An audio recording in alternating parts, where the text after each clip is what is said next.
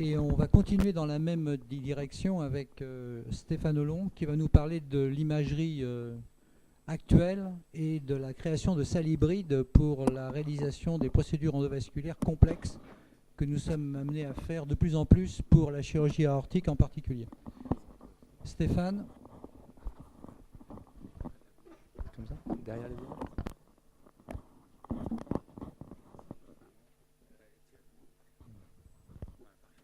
Merci beaucoup. J'avais eu l'honneur de présenter devant vous il y a 2 ou 3 ans la nouvelle génération d'endoprothèses, qui est la génération des endoprothèses fenêtrées et multibranches. Yannick Georges tout à l'heure vous a montré une image. Ces endoprothèses nous permettent de traiter des lésions anévrismales très étendues, thoraco-abdominales ou de la crosse.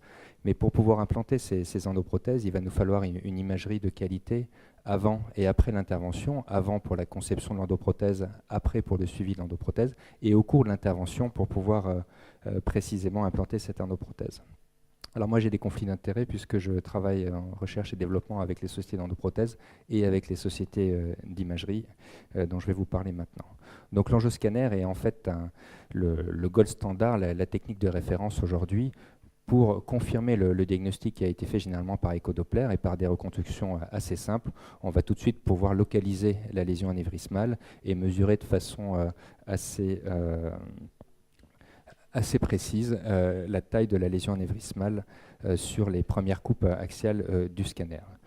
Ce qui va nous intéresser, c'est aussi de délimiter, de faire un bilan d'extension de la maladie anévrismale. Chez ce patient, par exemple, en plus de la lésion aortique, on avait une lésion sur l'iliaque primitif gauche. Et ces nouvelles techniques et surtout la possibilité d'analyser les angioscanners sur des stations de travail en 3 dimensions vont nous permettre d'avoir une idée plus précise de ce que l'on voit sur les coupes axiales. Par exemple, la première analyse de cette image est un petit peu compliquée, alors qu'avec une reconstruction 3D, on comprend tout de suite que ce patient qui a eu une mise à plat greffe tubulaire d'un anévrisme de l'aorte abdominale a en fait un faux anévrisme proximal. C'est ce que l'on voit ici sur cette image. Alors, je vous ai parlé de la conception de l'endoprothèse. Donc, à partir de l'angioscanner, on va pouvoir faire très rapidement des reconstructions de type 3D qui vont nous permettre d'avoir une angiographie, une artériographie complète de l'aorte depuis la racine jusqu'à la bifurcation en 3 dimensions. Et on va pouvoir se promener autour de l'aorte et localiser, par exemple, des plicatures, une crosse pathologique ou éventuellement des lésions sur certaines artères, comme l'artère rénale gauche ici. Alors, il faut se méfier de ces reconstructions qui sont très belles, qui nous permettent d'avoir une idée de certaines lésions, mais c'est peu précis. Il faut systématiquement confirmer les lésions que l'on observe sur ces reconstructions 3D par des reconstructions plus précises de type MPR, et comme par exemple chez ce patient, cette lésion qui paraissait être une occlusion de l'origine de l'artère rénale gauche est en fait une sténose serrée. Et ceci a évidemment une implication pour la conception de l'endoprothèse. Vu que cette artère est encore perméable, j'avais réalisé l'implantation de l'endoprothèse avec une branche pour l'artère rénale gauche ici.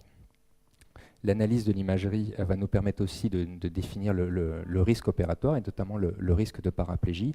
On implante des endoprothèses assez longues dans l'aorte et on couvre les intercostales et on peut déterminer le nombre d'intercostales qu'il va falloir couvrir au cours de l'intervention pour essayer d'obtenir un score et de pouvoir informer le patient sur le risque de paraplégie de l'intervention. Donc, en résumé, on va déterminer l'extension de la lésion aortique pour pouvoir concevoir l'endoprothèse. L'endoprothèse va être implantée au-dessus de la lésion aortique. Donc vous voyez ici au-dessus de cette plicature à la partie moyenne de l'aorte thoracique descendante et elle va aller jusqu'en bas, jusqu'aux iliaques externes puisque les iliaques primitifs sont anévrismales. Vous voyez ici les branches d'endoprothèse qui descendent jusqu'aux iliaques externes. Ensuite on voit que toute la palette viscérale est impliquée dans le processus anévrismal, donc il a fallu concevoir une endoprothèse avec des branches pour les artères viscérales, le tronc cœliaque, la mésentérique supérieure et pour les 2 artères rénales. Et pour pouvoir de façon très précise concevoir cette endoprothèse, il va falloir faire des mesures de diamètre et des mesures de longueur entre les différentes artères. Et pour faire ces mesures, ces stations de travail nous permettent, par exemple ici, de générer une ligne qui va passer par le centre de la lumière artérielle Pourquoi? Parce qu'on va faire des reconstructions perpendiculaires au centre de la lumière. Parce que si vous travaillez sur les coupes axiales, vous voyez par exemple ces deux artères rénales, on a l'impression qu'elles sont séparées de 10 mm. Mais si par contre vous faites des reconstructions perpendiculaires au centre de la lumière, vous voyez qu'en fait la différence, la longueur, la distance entre l'origine de ces deux artères rénales n'est que de 6 mm, ce qui fait que la position des branches ou des fenêtres, évidemment, doit être de 6 mm et non pas de 10, ce qui simplifie évidemment l'intervention. Ces reconstructions nous permettent de déterminer avec précision les diamètres de l'aorte. Et comme je vous disais tout à l'heure, de calculer sur une vue stretch, sur une vue étendue de l'aorte, calculer la distance, par exemple ici, entre la mésentérique supérieure et le tronc cœliaque. Et ici, vous voyez la distance totale d'aorte qui va être couverte. Et donc, toutes ces informations sont colligées et un plan est envoyé au fabricant de l'endoprothèse. Voici en plus toutes les informations que l'on doit obtenir sur les différentes branches qui vont être perfusées chez ce patient qui avait un anévrisme thoraco-abdominal de type 2 et chez qui j'ai implanté une endoprothèse avec 4 branches.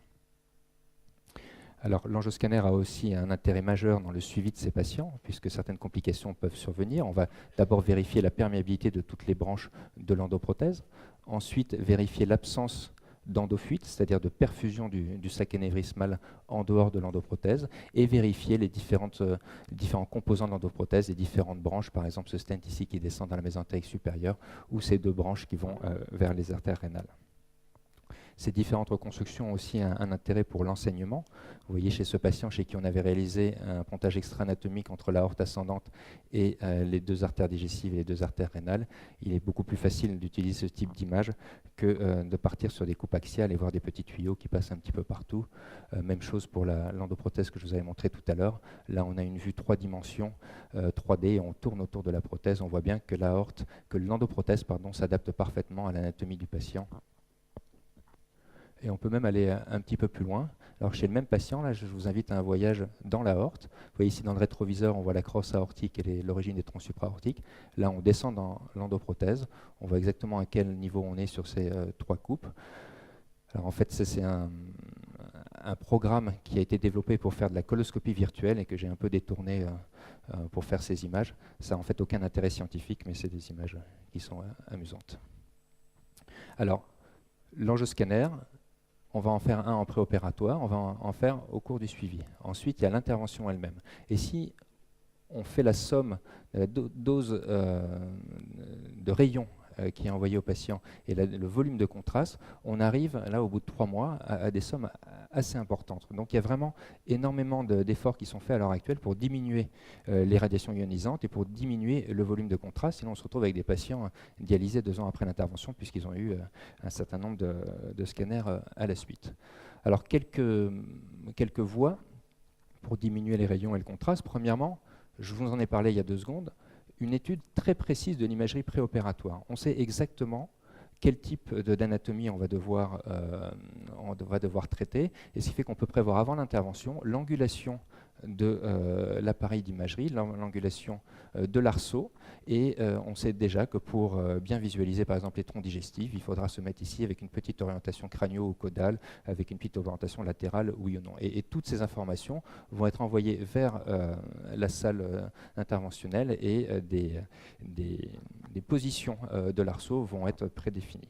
Et ensuite on parlera de la fusion qui est encore plus intéressante puisqu'on va pouvoir amener les images de l'angioscanner préopératoire au bloc. Mais si je vous parle de bloc opératoire, aujourd'hui au bloc opératoire, on a des arceaux mobiles qui ont évolué évidemment, mais qui n'ont aujourd'hui pas la qualité des salles fixes de coronarographie ou de radiologie interventionnelle. Et donc aujourd'hui, ce que l'on veut, c'est amener ces salles fixes dans un environnement stérile au bloc opératoire où on va pouvoir faire en même temps de la chirurgie, ne pas être limité dans nos gestes chirurgicaux et avoir une imagerie de qualité. Alors quand je dis amener au bloc opératoire, il y a les contraintes du bloc opératoire, comme par exemple les cialytiques et le flux laminaire, et il va falloir s'adapter à tout ça. Et je vous ai dit, il faut qu'on fasse de la chirurgie. Excusez-moi, je perds mon casque. de la chirurgie dans des bonnes conditions. Et vous voyez ici, au début de l'intervention, l'arceau est à distance de la table d'opération. Et une fois qu'on a fini les voies d'abord, qu'on a fait un conduit ou qu'on a fait un pontage extra-anatomique, dans un deuxième temps, le système, l'arceau est amené au niveau du malade, les écrans sont approchés et on va pouvoir faire la partie interventionnelle. Donc vous voyez ici la première phase où là l'arceau est à distance et on travaille sur les voies d'abord. Deuxième phase, tout le monde est en train de regarder l'écran pendant la partie interventionnelle. Alors là, cette petite animation pour vous montrer le type de machine que l'on a au bloc opératoire aujourd'hui, en tout cas dans les salles hybrides. Ça, c'est un modèle développé par Siemens. Il a été développé à partir de bras articulés de l'industrie de l'automobile.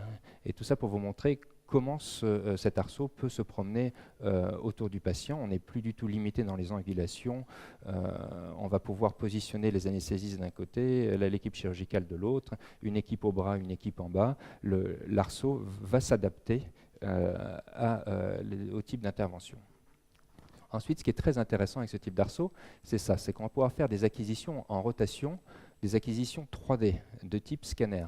Alors soit vous injectez du contraste au moment de cette acquisition et vous vous retrouvez avec un roadmap, une cartographie artérielle qui va vous permettre de naviguer à l'intérieur des vaisseaux sans réinjecter, ou soit surtout, encore plus intéressant, vous allez faire cette acquisition sans injection de contraste, mais vous allez obtenir des images de type scanner non injecté, et sur ces images, vous avez notamment le rachis, tous les repères osseux, et on va fusionner les images de cette acquisition au cours de l'intervention et du scanner réalisé avant l'intervention. On va les fusionner. Vous voyez, ça c'est le rachis de la première intervention et ça c'est le rachis de l'angioscanner préopératoire. Et en les fusionnant tous les deux, on a ce type d'image. La scopie au moment de l'intervention avec le rachis en scopie et on fusionne dessus le rachis de l'angioscanner. Et si les deux rachis sont parfaitement bien fusionnés, et ben, l'aorte aussi, l'angioscanner, je veux dire la reconstruction 3D de l'aorte peut être aussi rajoutée à l'image. Et vous voyez dans ce cas précis une endoprothèse fenêtrée. Là, j'ai un guide dans l'artère rénale gauche. Vous voyez que autant au niveau de l'ostium, on est très précis. Ensuite, l'artère rénale, on la voit descendre ici sur le cache, enfin sur l'image préopératoire. Mais en fait, comme mon guide a rigidifié l'artère, tout ne se superpose pas. Mais en fait, ce qui m'intéresse vraiment, c'est l'origine, puisque ce qui m'intéresse, c'est de cathétériser cette artère rénale. Alors voici, vous voyez, on va voir l'aorte apparaître de face et de profil sur des images de fluoroscopie. Et ça, sans injecter de contraste, c'est uniquement avec les informations du scanner préopératoire. Là, des images au cours de l'intervention. Vous voyez ici, on cathétérise l'artère rénale gauche. On peut mettre ou enlever le masque. On peut tourner et le masque va tourner avec le patient. Donc c'est vraiment une cartographie 3D. Et vous voyez ici, on est en train de descendre une branche dans l'artère rénale gauche et il n'est pas nécessaire de réinjecter du produit de contraste pour savoir jusqu'où il faut amener cette branche, par exemple, pour ne pas être au-delà de cette piqûre. Alors, cette image 3D de l'aorte et de ses branches est peut-être un peu difficile à utiliser en pratique courante. Alors en fait, ce que l'on peut faire, c'est à partir du scanner préopératoire, une fois que la fusion a été faite, déterminer tout simplement par un rond, par exemple, l'origine de chaque artère cible, c'est-à-dire des deux artères rénales et des artères digestives. Et donc au lieu d'avoir toute l'aorte qui va apparaître au moment de l'intervention, je vais vous montrer ça tout de suite, et bien vous avez juste les marqueurs ici qui correspondent à l'origine des artères rénales, à la mésentérique supérieure, au tronc cœliaque. Là, c'était au début de l'expérience, je n'étais pas encore tout à fait sûr de mon coup. Donc là, j'ai mis une sonde dans le tronc cœliaque et je descends une prothèse que je voulais positionner juste au-dessus du tronc cœliaque. Et vous voyez, la sonde est dans le tronc cœliaque qui correspond exactement au marqueur qu'on avait mis avec la fusion. Alors, un autre intérêt de ces acquisitions au bloc opératoire, c'est qu'à la fin de l'intervention, on peut faire l'angioscanner de contrôle. Alors généralement, les patients ont déjà eu pas mal de rayons et pas mal d'iode et on préfère faire ce type de contrôle à distance. Mais s'il y a une fuite qu'on n'arrive pas à s'expliquer, l'angioscanner peut être fait directement sur table. En sachant aussi que si très peu d'iode a été utilisé au cours de l'intervention grâce aux techniques de fusion, eh ben, pourquoi pas faire l'angioscanner d'emblée et avoir toutes les informations nécessaires pour le suivi. Et voilà, à partir d'un Dynacity fait sur table, le type d'image que l'on obtient. Donc, si vous voulez, on peut comparer les images que l'on obtient au bloc maintenant avec un scanner classique. On n'a évidemment pas la même résolution, ça je vous l'accorde, mais évidemment tout ceci va progresser, mais on n'en est pas loin et la plupart des informations dont on a besoin peuvent être obtenues sur ce type de qualité d'image. Alors, on a parlé de l'appareil d'échographie au bloc. Aujourd'hui, ce type d'équipement en bloc opératoire a un coût. Le coût est compris entre 1 million et 1,5 million d'euros.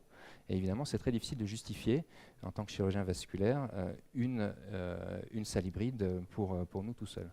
Donc ces salles hybrides, en fait, permettent de faire, entre autres, des valves percutanées, permettent aux chirurgiens cardiaques éventuellement de faire de l'angioplastie coronarienne en même temps qu'un pontage, et nous permettent, comme je vous l'ai dit, de faire de la fusion d'Innova. Donc aujourd'hui, c'est une approche transversale, multidisciplinaire. Il faut amener ces salles d'angiographie au bloc opératoire, et cette dernière diapo, c'est pour revenir à ce que disait Jean-Baptiste Ricot quand il a introduit la séance. Il a dit qu'il a déjà changé 4 fois la façon de faire la chirurgie vasculaire depuis qu'il a commencé. Aujourd'hui, je ne sais plus si on est des chirurgiens vasculaires, des radiologues interventionnels ou des cardiologues, mais ce qui est sûr, c'est qu'on doit s'adapter à ces nouvelles techniques, on doit faire de l'échographie, on doit être capable de maîtriser ces nouveaux outils pour pouvoir en faire bénéficier nos patients. Je vous remercie. Merci beaucoup. La place pour une large discussion. Oui, Monsieur Barbier.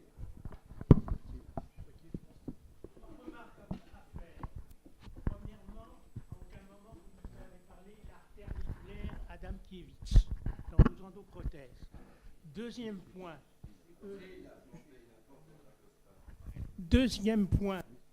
je reviens en arrière. Quand vous mettez des prothèses qui maintenant ont de la gélatine, est-ce qu'on met l'origine animale de la gélatine? Parce que si elle vient de porc, on peut avoir des ennuis.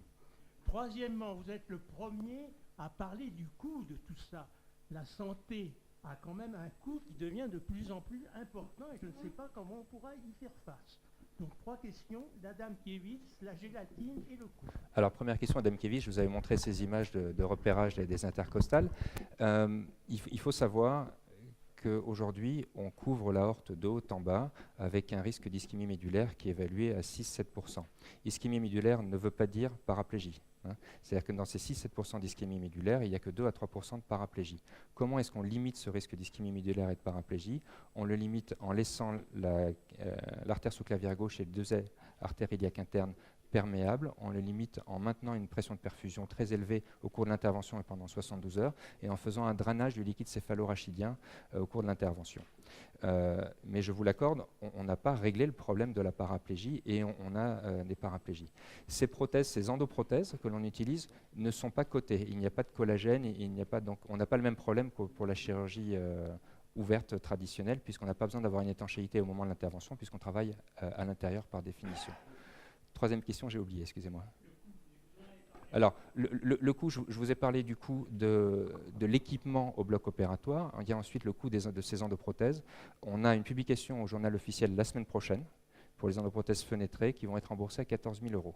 Il faut savoir qu'une étude STIC, un soutien aux techniques innovantes et coûteuses, vient d'être faite, dont l'investigateur principal était Jean-Pierre Beckmin à Henri Mondor. Et dans cette étude, on a démontré, je n'ai pas encore tous les résultats, mais a priori, des temps de passage en réanimation plus courts, moins de dialyse, moins de culots globulaires transfusés. Donc le coût que l'on perd par l'endoprothèse, on le gagne a priori autrement. Donc a priori, il y aurait une équivalence de coûts. Je ne dis pas qu'on économise de l'argent, hein. Je ne suis pas du tout en train de vous vendre une économie. D'autant qu'on ne sait pas quand même, on n'a pas un suivi énorme sur le devenir de ces endoprothèses fenêtrées. On a quand même une question. On a maintenant... On a 5 ans. Voilà, on a 5 ans. Ouais, donc on reste sur du suivi à moyen terme aujourd'hui. Je voudrais vous poser une question, personnellement. Lorsque on a affaire à un anévrisme fissuré de l'aorte, maintenant, la mise en place d'une endoprothèse est souvent la bonne solution. Mais vous allez faire vos mesures, vous allez prendre vos dimensions. Il faut combien de temps pour disposer de la prothèse après? L'industrie vous permet d'autoriser d'avoir la prothèse en combien de temps?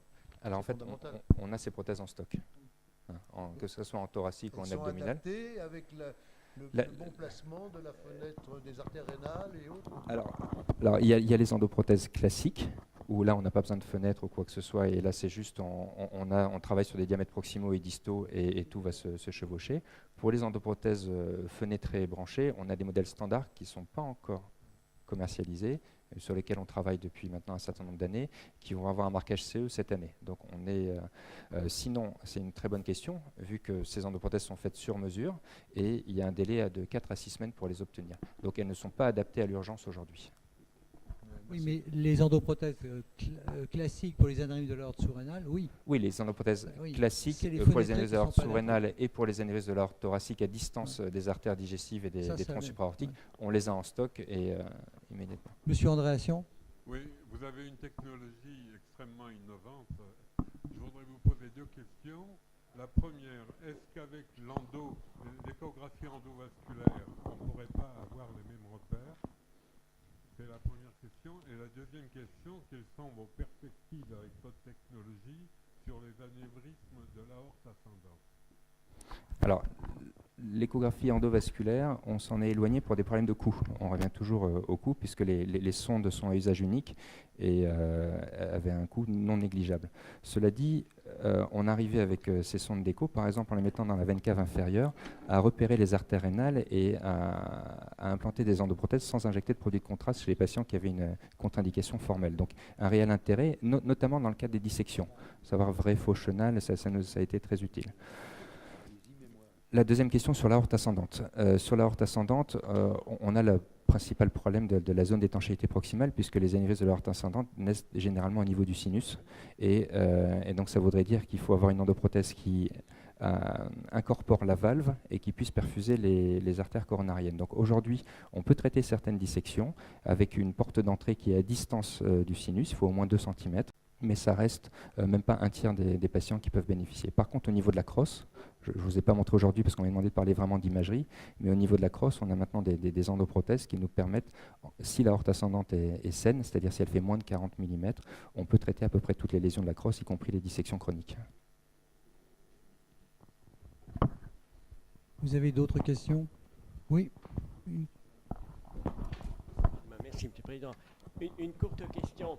C'est les dimensions de la salle d'opération, puisque progressivement, il va falloir avoir dans la salle d'opération votre appareil, également un scanner en salle d'opération. C'est ce qui est prévu, c'est ce qui est prévisible. Et donc, pouvez-vous nous préciser les dimensions? Tout à fait. de la salle Alors, d'opération je future? suis dans cette problématique complète en ce moment, puisque ma salle, je la fais rééquiper.